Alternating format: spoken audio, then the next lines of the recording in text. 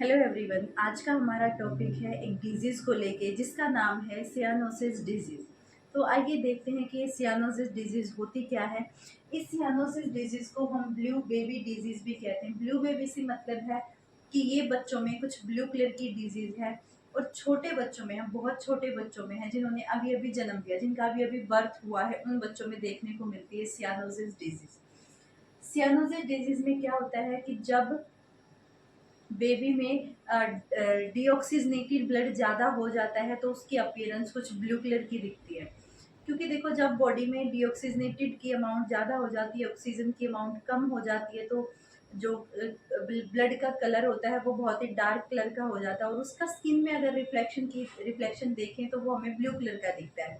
इस वजह से बोलते हैं सियानोसिस को एक ब्लू बेबी डिजीज।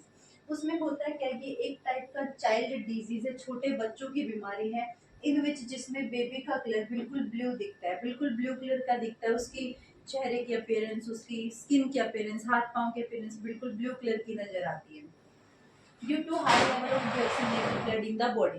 क्योंकि उसकी बॉडी में जो ब्लड है वो डीऑक्सीजनेटेड ज्यादा है। डीऑक्सीजनेटेड का मतलब वो ब्लू कलर का नहीं है, पर वो कैसा है, डार्क रेड कलर का है, और जब उस पर रिफ्लेक्शन आएगा तो हमें वो स्किन से रिफ्लेक्ट होके हमें वो ब्लू कलर का दिखता है। अब ये होता क्या है, अगर इसकी कोजेस की बात करें तो एक कंजेंशियल डिजीज है, मतलब जन्म के साथ ही होता है। And foramen Oval does not close after birth. Foramen Oval जब बंद नहीं होता है तो ये डिजीज आता है। अब फोरामेन ओवल होता क्या है, जो फोरामेन ओवल होता है वो एक ट्यूब लाइक स्ट्रक्चर होता है। जैसे अगर मैं हमारे हार्ट की बात करूं, अगर मैं एक नॉर्मल ह्यूमन की हार्ट की बात करूं तो हमारे पास 4 चैम्बर होते हैं, 2 एट्रिया होते हैं, 2 वेंट्रिकल होते हैं। हमारे यहाँ से यहाँ तक, एट्रिया से वेंट्रिकल तक डीऑक्सीजनेटेड ब्लड जाता है। अगर इस तरफ की बात करें तो यहाँ से यहाँ तक ऑक्सीजनेटेड ब्लड जाता है। यहाँ पे हमारे कुछ वेना कैवा होती है जो बॉडी से डीऑक्सीजनेटेड ब्लड को लेके आती है, और यहाँ से फिर हमारे लंग्स के पास जाता है ऑक्सीजनेटेड होने के लिए, प्योरिफिकेशन के लिए। पर जो छोटे बच्चों की बात करें, बिल्कुल जिन्होंने अभी बर्थ नहीं किया है या जो जिन्होंने अभी अभी बर्थ किया है, उन बच्चों की बात करें तो उनके पास ऐसा कोई सिस्टम नहीं होता है। उनके पास जो इंफीरियर वेना कावा होती है वो डीऑक्सीजनेटेड ब्लड को लाने के लिए नहीं होती है। क्योंकि जब बच्चे मदर के वूम में होते हैं, जब वो वूम में ग्रो कर रहे होते हैं, तो वो उनका जो ब्लड है वो लीवर के, जो ब्लड है वो लंग्स के पास नहीं जाता है प्योरिफिकेशन के लिए। वो लंग्स को यूज ही नहीं करते हैं, क्योंकि वो मदर से जुड़े हुए होते हैं अम्बिलिकल कॉर्ड से। अगर छोटे बच्चों की बात करें तो वो अम्बिलिकल कोड से मदर से जुड़े हुए होते हैं। जितना भी न्यूट्रिशन उनको मिलता है इस अम्बिलिकल कोड से मिलता है। इंफीरियर वेना कैवा से उनके पास ब्लड जाता है, पर कैसा जाता है, अम्बिलिकल कोड से होते हुए ऑक्सीजनेटेड ब्लड बच्चे की बॉडी में जाता है। क्योंकि बड़े होते हैं, जो अडल्ट होते हैं, उनके पास 4 चैम्बर होते हैं और वो किसकी, लंग्स की हेल्प लेते हैं प्योरिफिकेशन के लिए। पर यहाँ पे जबकि इसके ब्लड को प्योरिफिकेशन की जरूरत है ही नहीं, क्योंकि बच्चे की बॉडी में जो अभी मदर के वूम में ग्रो कर रहा है, जो जिसने अभी बर्थ नहीं, यहाँ पे अगर छोटे बेबी की बात करें, छोटे बेबी में जो इंफीरियर वेना कैवा है उसका काम होता है बच्चे की बॉडी में जो मदर के अम्बिलिकल कॉर्ड से जुड़ा हुआ है उसमें ऑक्सीजनेटेड ब्लड को देना। किसमें, एट्रियम में। इस एट्रियम से ये वेंट्रिकल में नहीं जाता है। उन बच्चों की बात हो रही है यहाँ पे जिन्होंने अभी बर्थ नहीं किया है।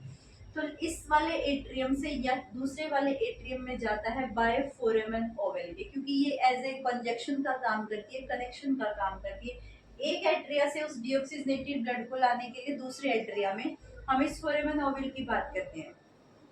जैसे ही बेबी का बर्थ हो जाता है ये फोरामेन ओवल कुछ टाइम बाद अपने आप बंद हो जाती है, क्योंकि अब उसने बर्थ कर चुका है, वो अब उसने जन्म ले लिया है।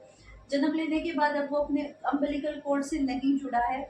अब वो अपने लिए, अपने खुद के लिए, उसकी उसका हार्ट खुद के लिए काम करेगा, उसकी बॉडी खुद के लिए काम कर रही है।